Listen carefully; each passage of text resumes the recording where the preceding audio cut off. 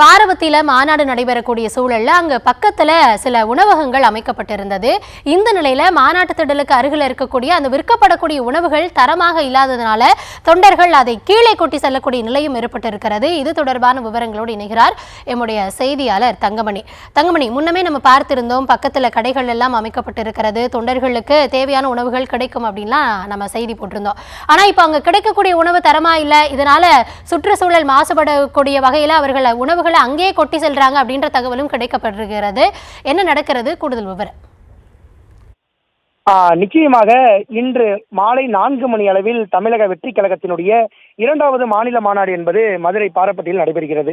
குறிப்பாக இந்த மாநாட்டினை எடுத்துக்கொண்டால் கடந்த விக்கிரவாண்டியில் நடைபெற்ற தமிழக வெற்றி கழகத்தினுடைய முதல் மாநாட்டில் கூட அங்கு சென்ற நிர்வாகிகள் மற்றும் தொண்டர்களுக்கு உணவு மற்றும் தண்ணீர் கிடைக்கவில்லை என பெரும் விரக்தியில் இருந்தனர் தொண்டனர்.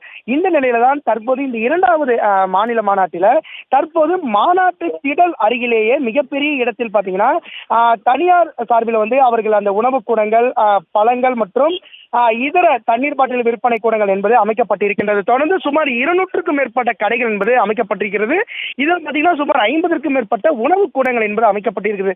தனியார் சார்பில் இவர்கள் தக்காளி சாதம், லெமன், புளியோதரை போன்ற பல்வேறு சாதங்களை பேக்கெட் பண்ணியும் அதே சமயத்தில் பாக்குத்தட்டு என்கின்ற அந்த தட்டில் வச்சு அவர்கள் உணவுகளை தந்து வருகின்றனர். தொடர்ந்து இங்க வர நிர்வாகிகள் என்ன சொல்றாங்கன்னா, நாங்க பல்வேறு மாவட்டத்திலிருந்து வரோம், நாங்க நேற்று நைட்டே கிளம்பிட்டோம், இங்க நல்ல சாப்பாடு சாப்பிடலாம் அப்படின்னு நாங்க வந்திருந்தோம். ஆனா பாத்தீங்கன்னா இங்க நல்ல சாப்பாடு இல்லை எங்களுக்கு, நாங்க 70 ரூபா கொடுத்து ஒரு சாப்பாடு வாங்குறோம் அப்படின்னாலும் கூட அந்த சாப்பாடு எங்க சாப்பிட கூட முடியல, நாங்க இங்கே கொட்டிட்டு போயிடுறோம், ரொம்ப ரேட்டு எச்சா வித்துட்டு இருக்கிறாங்க, ஒரு தண்ணி பாட்டில் 30 ரூபாங்கிறாங்க, அதே சமயத்தில் தர்பூசணி ஒரு டப்பா பாத்தீங்கன்னா 50 ரூபா வரைக்கும் இங்க விற்கிறாங்க.